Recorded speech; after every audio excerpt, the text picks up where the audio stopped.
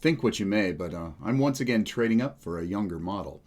I know you like to watch, so find out who gets the boot and who's their replacement up next.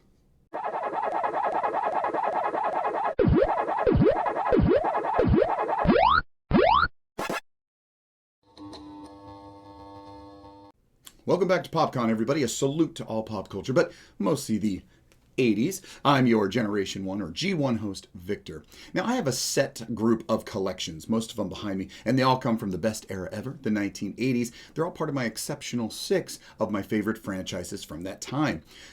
Sometimes a younger version of one of these guys comes along, and somebody's got to move out to make room. In this case, somebody's going to be making tracks. I'd rather stay in my stunning auto mode. My Transformer collection is based on the cartoon. You see, I didn't get my first Transformer action figure until after I'd seen the cartoon. Then my mother took me to Kmart, I bought Hoist, and that's a whole nother story. So I look for an action figure that more closely resembles its animated counterpart. I've had hundreds of these action figures over time, and they get replaced. Let's face it, the articulation of the original was almost non-existent because, of course, the transformation engineering took precedent. However, every now and then, a new action figure comes out to replace the G1 character with better articulation, better posability, and resembles the animated counterpart much better. So I gotta have it. Hot ride. Should we borrow it? Nah, that's stealing. Come on, I'll ask for permission later. Don't you kids have something to binge watch at home? Tracks. The internet confuses me. That's no excuse to ruin my paint job. Why not subscribe to A PopCon? YouTube variety show? You'd get a kick out of it. Sounds kinda different. It's beyond your wildest imagination. Don't forget to subscribe. To support the creator. Now I know. And knowing is half the battle. The Transformers! Now that we got that out of the way and you've all subscribed, yes, we're talking about the slightly pretentious, beautiful, sassy-speaking Autobot Trax. This is my current incarnation of Trax, and he comes from the Reveal the Shield toy line from 2010. You can see it right there, the little rub sign that when you rub it on his chest, it'll show you if he's a Autobot or Decepticon, but we all know. So this is the incarnation that unfortunately is going to have to make room for a new one. Let's check it out and get to business. This is what we're talking about. Transformers Kingdom Trax. So Transformers Kingdom is the third subline in the War for Cybertron series that coincides with the Netflix cartoon Transformers War for Cybertron. That just debuted on Thursday, and the newer action figures that come out are under that that subline Kingdom. So a lot of the Beast War characters are in that Netflix, and a lot of them are also packaged in this. But when this came out, I knew I would have to replace my previous tracks and get this one because, as I hoped, it would be more cartoon accurate to its Generation 1. So let's go ahead and get to business here. We see some great artwork as usual. I always love seeing the artwork on the boxes themselves. And yeah, you see him in his alt mode as well as his robot mode, and you get the other artwork. On the back, you get photos of it. Now, this character is unique because in his alt mode or his automobile, he does have wings that allow him to fly in that mode. Because as we all know, Autobots can't fly as robots. It's just a thing. All right, let's do this. Let's do this. And again, it's just ripping it out. All right. This is the reveal. This is the big reveal. I'm going to pull it out. You ready for me to pull it out? Oh, wait. It's not working. Did I miss something? Ah, there we go. All right, there we go. It does come with his instructions right here. So this is Trax. Already we can see that he is a bit different looking than the previous one, but we'll look at that a little bit closer. There's the rest of him on the back there. I'm going to have to take a moment to snip off all of these terrible plastic things they use to secure them in here. There's also a couple of weapons in the back at the bottom, which we'll check out a little closer. So let me get him out of here. Holy crap, what a mess. There were 7 ties to cut him off, and there was an additional 3 for his weapons. Come on, Hasbro, get your act together. Nobody needs this extra plastic or this frustration. It's a mess.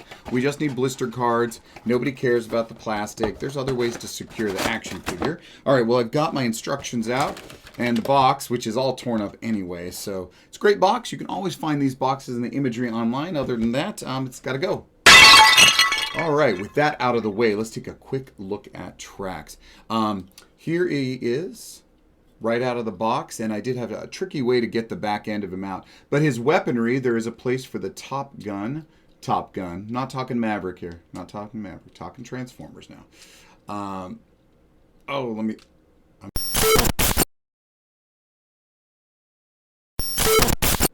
Okay, there we go. Had to edit that. That was a lot of work. Okay, here we are. He's got his weapon in hand.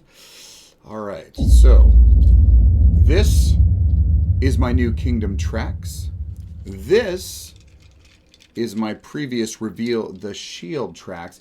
Right from the get-go, they aren't a little different in size or girth, but overall, they're not much different in height, to be honest. But they are different. And there is a difference. I know a lot of people say, what's the difference? But there is. So let's go ahead and make a detailed comparison with each other and their cartoon counterpart.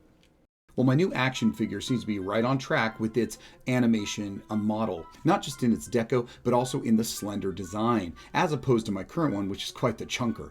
We see that the wheels are on the shoulders accurately. We also see the hood is good size, as well as the wings properly placed. What's missing is color accents on the wings, the top of the hood, and even the midsection. Take very special note of the Autobot symbol on his chest, which is the top of the car surrounded by the windows. What I do see correct is definitely the arm colorization, so that looks really good. Now, comparing him with my current reveal, the Shield action figure, as well as the G1 action figure, you see that the G1 actually looks a lot better than the reveal, the Shield one I have now. But the articulation of current action figures over G1, that you have to have posability, articulation, and representation to be on my toy shelf. Let's take a quick look at their back before transforming them into their alt mode.